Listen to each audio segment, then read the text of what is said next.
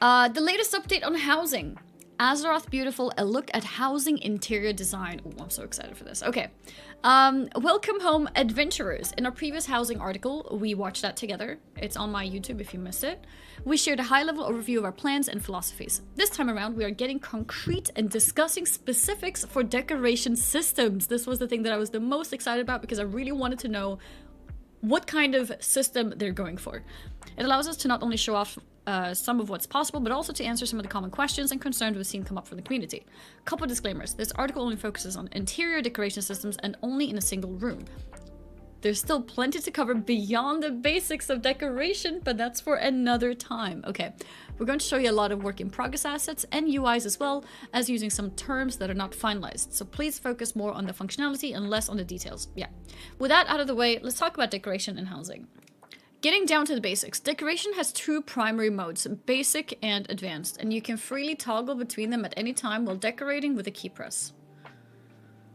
Basic and advanced, you can freely toggle between them. Okay. Basic mode allows you to quickly place or remove objects and move them around while keeping their movements somewhat constrained to make putting something together quick and easy. Has a number of rules in place to help with this. Decor can be moved around on the ground and will move on top of things as it bumps into them or down to the ground as they reach the edge. Oh, okay, that's cool. This lets you move around and have them interact in the expected way. Decor can be rotated around its up axis with rotation snapping to 15 degrees increments so objects don't accidentally unalign with other objects as you rotate them.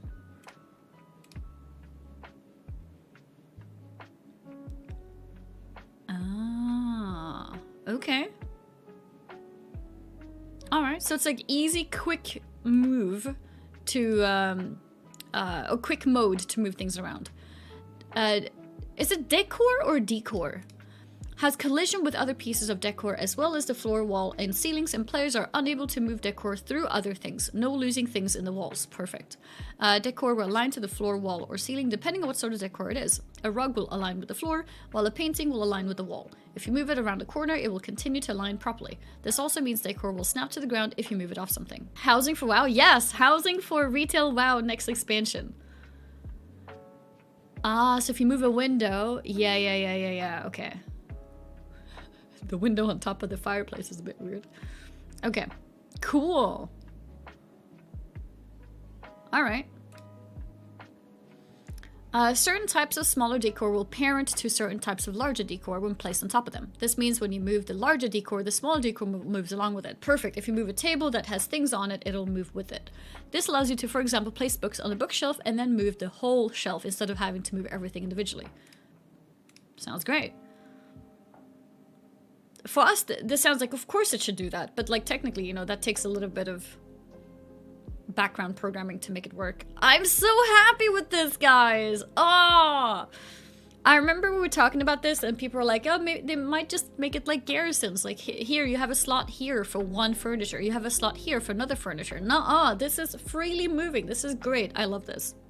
Players can show a grid and enable snapping, which will snap decorations to the points on the grid, helping you keep everything neat and tidy. This implies we can also remove the snapping if we want to make it like pixel perfect. It will even shrink down when you're placing something on a smaller surface like a table. Oh! Wait, that's cool. It shrinks? So it changes size based on what it's on. Interesting. Advanced, okay. But that's so restrictive. We hear you saying. Don't worry, just switch to advanced mode and feel the true power at your fingertips. Advanced mode effectively turns off a lot of the rules of basic mode, but also offers up additional tools of its own as well. Decor has no collision advanced mode. Want to push a chair into the wall? Enjoy. Oh, wait, so they do allow you to do that if you would want to. I don't know why you'd want a chair in the wall, but, you know, in case you want to. That's crazy. That's so much more freedom than I expected.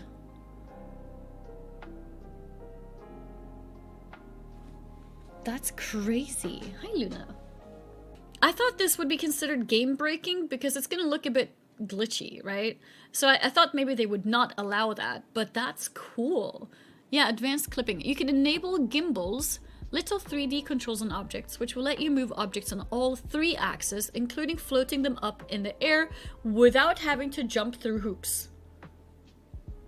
Wait, you can make a, like, obstacle course?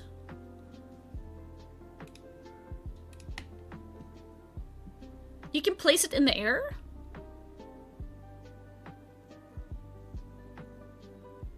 What? No way! That's crazy. What? Okay. All right. All right. A gimbal is a pivoted support that permits rotation of an object about an axis. Okay. Thank you for the definition.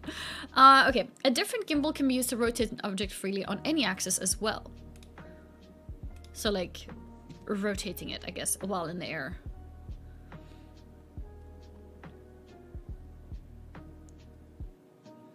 Horizontally. Yeah. That's actually so cool. Yeah, that is actually so cool. Okay. Finally, a third gimbal can scale an object size up and down with some generous limits. Oh, you can change sizes. What is this freedom? This is crazy. You can make a house for small people. You know, it's actually so convenient to change size because sometimes you really want something to fit, let's say, in this corner, but maybe it just doesn't fit. Advanced mode lets you interact and design things with very specific controls to make whatever your heart may desire. Internally, using this, employees have taken bushes and made them into garland for their fireplaces. Constructed a boat's form a bed, or made paint buckets into small spice racks for the kitchens. Oh, yeah! You can change the size of things so much that it can turn into something completely different. That's so clever. Paint buckets into small spice racks for the kitchens. What the heck? We've been dying for housing. Oh my god. In addition to decoration modes, we want to call out some other functionalities and choices we've made. Some because they're cool and worth sharing, and others because they directly answer some of the questions we've seen since the first article went up. For newly created assets, as opposed to legacy ones from existing art, we're allowing players to dye them a variety of colors. So if you find a chair but wish the upholstery was blue instead of gray, you can make that change. But what if the blue doesn't match the stain of the wood or color of the metal? Well, you can fix that as well. Wait, you can?